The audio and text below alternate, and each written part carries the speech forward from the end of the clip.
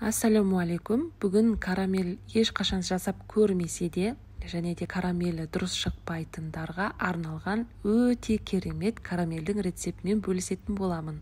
Бұл видеода тек қана рецепт емес, сонымен қатар лайфхактарда ескерілетін болады. Карамельдің дұрыс шығуына біздің сковородкамыздың көлемі мен пешіміздің қызып тұратын көлемі бірдей болғаны дұрыс.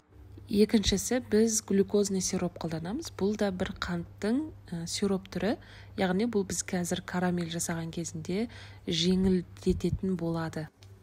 Бір ас қасық глюкозный сиропты құямыз сковородкамызға, одан кейін үстіне қантымызды саламыз. Жазбаша рецептін төмен жағына қалдырамын.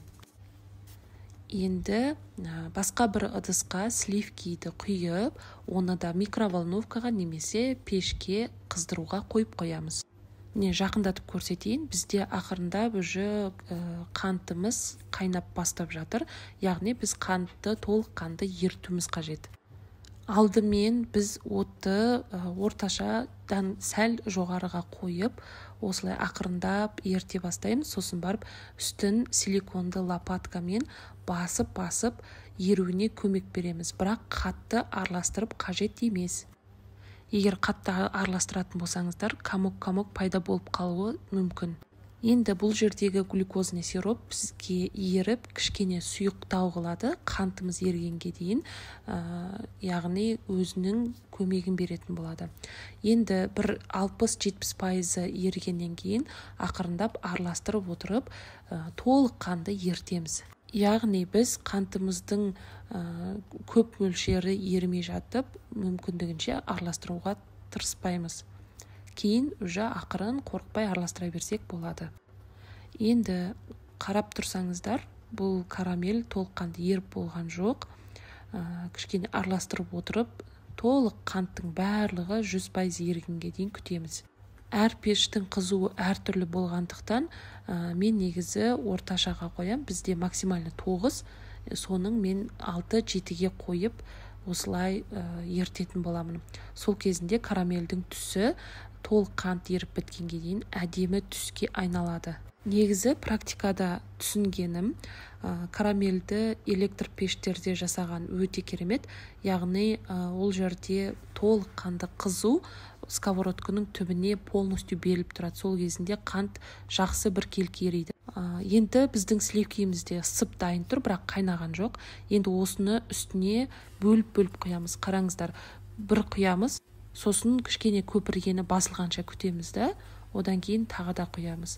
Тағы да бұл көпіріп, өзінің буы шығады, сосын басыла бастаған кезінде ақырындап лопаткамен араластырамыз. Дәл осылай біз сливкидің барлығын құйып шығамыз.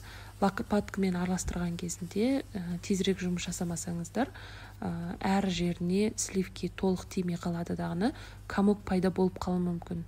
Және де сливкиіміздің температурасы ыстық болуы шарт. Суық сливки қолданбаймыз, өйткені карамельге құйған кезінде егер сливкиіңіз ыстық болмаса, бір-бірімен бірігуі қиын болады дағыны, уже карамеліміз комок болып қалады. Егер сіздің газыңыз электрі болмаса, тогда базарда 5000 теңгеден жоғары электр пештер сатады, кішкентай ғана. Сондай сатып алып қойсаңыздар болады, жиі карамель жасайтын болсаңыз. Немесе өзіңіздің пешіңізге лайық ыдыс тауып, сонымен жұмыс жасауға да болады. Бірақ менің осы практикамда ең жақсы шығатын карамель осындай электр пештерінде шықты. Сол себептен өзімнің практикамдағы затты айтып отырмын. Былай газды пеште де өте керемет жасауға болады. Біз сливкидің барлығын толыққанды араластырып боламыз. Бұл кезінде от аз, ең төменгі неде тұрады, ыстықта тұрады. Одан кейін газды полностью өшіріп тастаймыз дағыны, үстіне сары майды саламыз. Сары майды салған кезімізде міндетті түрде ыстықтан басқа жаққа алып тастаңыздар. Өйткені ол бағанағы астыңғы ыстық қайтқанға дейін біздің карамеліміз одан ары күйе беретін болады. Толық майдың барлығы полностью араласып болғанға дейін барлығын араластырып шығамыз. Қараңыздар, өйстіп полностью араластырып болғаннан кейін бізде уже карамель дайын болады. Міне бізде карамель дайын болды. Ыстық кезінде осындай сұйық болады, кейін суығаннан кейін қоюланады.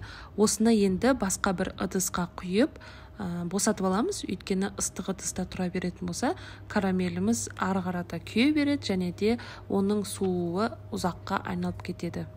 Үстін міндетті түрде пищевая пленкамен контакт ретінде жабамыз, яғни карамельге тиіп тұруы қажет. Енді суығаннан кейін полностью бізге қолдануға дайын болады. Қыздар, осымен біздің өте керемет карамеліміз дайын болды. Осылай қолдана береміз. Егер сникерс тортына болатын болса, үстіне арахис салып, араластырып жіберсеңіздер жеткілікті. Видеоға лайк басып, пікіріңізді жазуды ұмытпаңыз.